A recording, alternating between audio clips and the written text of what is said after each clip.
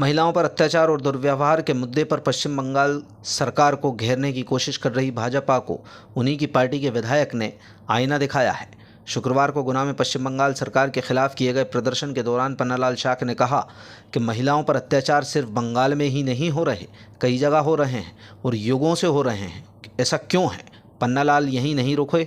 उन्होंने अपने ही विधानसभा क्षेत्र गुना का उदाहरण देते हुए संभावना जाहिर की कि महिलाओं के खिलाफ ऐसी घटनाएं गुना में भी हो रही होंगी, लेकिन हमारी निगाह में नहीं आ रही, जो गलत है। गौरतलब है कि भाजपा ने वरिष्ठ नेतृत्व के निर्देश पर गुना में एक दिवसीय धरना देकर पश्चिम बंगाल सरकार के खिलाफ प्रदर्शन किया था। भाजपा जिलाध्यक्ष धर्मेंद्र सिंह सिकरवार सहित तमाम बड़े नेताओं ने दावा किया कि भाजपा शासित उत्तर प्रदेश, मध्य प्रदेश जैसे राज्यों में महिलाओं के खिलाफ होने वाले अपराध और अपराधियों को कुचला जा रहा है, लेकिन पश्चिम बंगाल की सरकार एक महिला होने के बावजूद महिलाओं के खिलाफ अत्याचार करने वालों को आश्रय दे रहे हैं। वहां की पुलिस भी महिला विरोधी बताई गई। धरना प्रदर्शन को संबोधित करने के लिए जैसे ही गुना विधायक ने माइक थामा तो देश के अधिकांश राज्यों और मध्य प्रदेश में भी भाजपा की सरकार होने के बावजूद उन्होंने महिलाओं पर अत्याचार का उदाहरण प्राचीन काल से होने की शुरुआत की और मुगल काल में ज़्यादा होने, वर्तमान युग में भी उन्होंने इसका उल्लेख किया। विधायक ने महिला नेत्रियों की मौजूदगी में कहा कि एक समय में नवाब भी अपने हरम में 500 महिलाओं को बंधक बनाकर रखते थे। नरकासुर ने 16,108 को बंधक बनाया था। सबसे बड़ा प्रश्न यह है कि क्या ऐसी घटनाएं सिर्फ बंगाल में हो रही हैं? ये घटना जहाँ जहाँ होती हैं वहाँ वहाँ इसकी निंदा करना आवश्यक है और इन पर रोकथाम लगाई जाना चाहिए। अपनी निगाह जहाँ नहीं जा रही वहाँ पर भी अपने को देखना चाहिए। ऐसी घटनाएं अगर गुना में हो रही हैं तो वहाँ पर भी रोक लगना चाहिए। इसके बाद गुना विधायक ने महिला शक्ति में जोश भरने का सिलसिला शुरू किया और आह्वान किया कि ऐसे भाई और पुत्र तैयार करने चाहिए जो ऐसे अत्याचारों के खिलाफ तलवार, बंदूक, टैंकर लेकर खड़े हों। महिलाओं को सिंघम, झांसी की रानी, दुर्गावती बनना चाहिए। पन्नालाल ने कहा कि पश्चिम बंगाल में ऐसी घटनाएं और होंगी तो राष्ट्रपति शासन लगना तय है।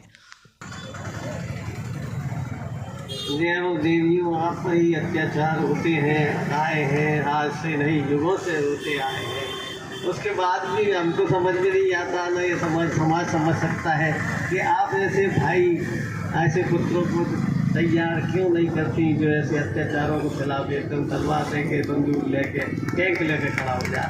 ये आपकी कमजोरी है, जरा विचार करो।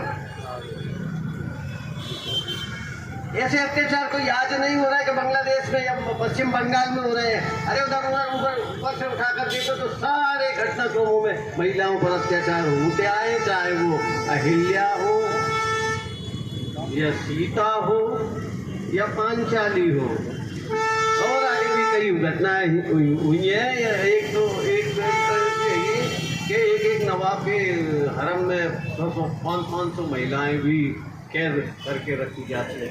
16,108 एक और वो था नरकासुर, तो उसको भी मारने के लिए फिर गरुड़ पर सवार होकर भगवान गए थे। अब सबसे बड़ा प्रश्न ये है कि क्या ऐसी घटना बांग्लादेश, बंगाल, पश्चिम बंगाल में हो रही है क्या? ऐसा मत मानो, अपनी निगाह नहीं जा रही होगी। मैं कहता हूँ अपने गुना जिले में कई जगह ऐसी घटनाएं होती है, लेकिन वो निकल के बाहर आ नहीं पाती है और अपनी उन पर निगाह नहीं जा पाती है। ये सबसे बड़ी कमजोरी है, बस और कुछ नहीं। अब एक निवेदन हम करेंगे, बहुत बढ़िया है,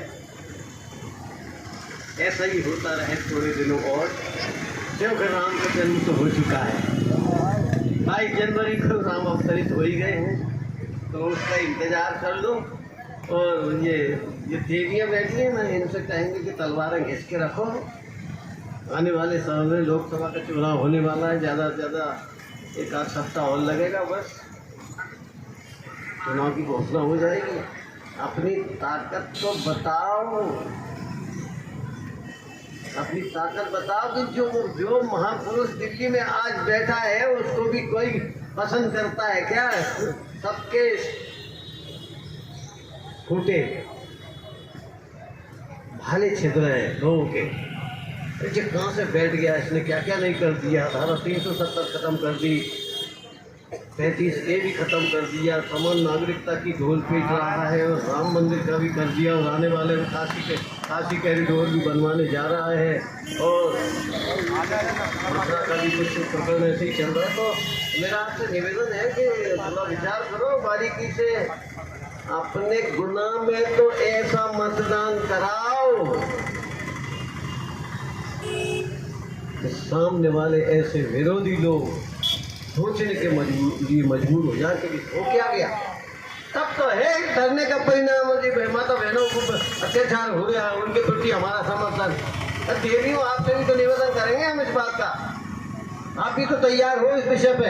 ऐसा कैसे कोई भी पकड़ लेगा। सिंघम बनो, सिंघम, झांसी की रानी बनो, दुर्गावती बनो। अपन बनते ही नहीं, अपने को बनना चाहिए ना। दूसरी एक और बात निवेदन करेंगे, मैं कह रहा हूँ वो पूरे बंगाल में ऐसे ही करें, ऐसे ही करना चाहिए उसको। क्यों कि जब तक पूरे बंगाल में हाहाकार नहीं मचेगा तो तब तक राष्ट्रपति शासन नहीं लगने वाला। और जिस दिन राष्ट्रपति शासन लग गया उस दिन उसका इंतजाम पूरा हो गया और उनमें गुंडों का भी इंतजाम हो जाएगा। और छोटी मोटी घटनाएं जब आ जाती हैं ध्यान में तो उन पर सरकार निर्णय नहीं देगी। सरकार ये चाहती कि पहले समाज आंदोलित हो, समाज आंदोलित होना चाहिए, समाज में हलचल मच जाना चाहिए। 22 जनवरी का देखो आप में से कोई गया होगा, हम सब गए होंगे, ऐसा नहीं कि मैं अभी मैं 2-1 बार के अंदर गया।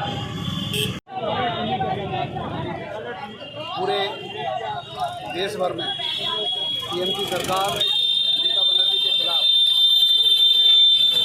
धरना प्रदर्शन किया जा रहा है। उसी कार्यक्रम में पूरे मध्य प्रदेश में भी हमारे यहाँ जिला मुख्यालय केंद्र पर धरना प्रदर्शन किया गया। इसलिए आज गुना जिला केंद्र पर भी धरना प्रदर्शन किया गया। इसमें हमारे सभी वरिष्ठों और सभी कार्यकर्ता उपस्थित हुए। टीएमसी सरकार ममता बनर्जी के गुंडे खुलेआम बहनों के साथ लूटपाट कर रहे हैं, बलात्कार कर रहे हैं। ये तो एक बहन की आवाज़ है, कई बहनों के साथ इसका अन्याय हुआ है। भारतीय जनता पार्टी के कार्यकर्ताओं के साथ भी अन्याय हुआ, श्रमिकों के साथ भी अन्याय हुआ है। कई कार्यकर्ताओं की हत्या तक कर दी गई, वहाँ उनकी पर जाँच तक नहीं हुई। ममता बनर्जी के खिलाफ पूरे देश में आक्रोश है। हम ममता बनर्जी के खिलाफ, केंद्र सरकार के खिलाफ प्रत्येक बूथ पर जाएंगे, जागरूक करेंगे। और इस बार लोकसभा चुनाव में ममता बनर्जी की गुंडागर्दी नहीं चलेगी। और इस बार लोकसभा के चुनाव में प्रधानमंत्री नरेंद्र मोदी के नेतृत्व में सारे के सारे सांसद भारतीय जनता पार्टी के बनेंगे। और उसके बाद हम ममता बनर्जी की गुंडागर्दी और वहाँ जो शासन पुलिस मौन रहती है, मूक रहती है, खुलेआम बहनों के साथ अत्याचार होता है, ऐसे शासन को खाट फेंकेंगे। बहुत बहुत धन्यवाद। जय हिंद, जय भारत, जय श्री राम।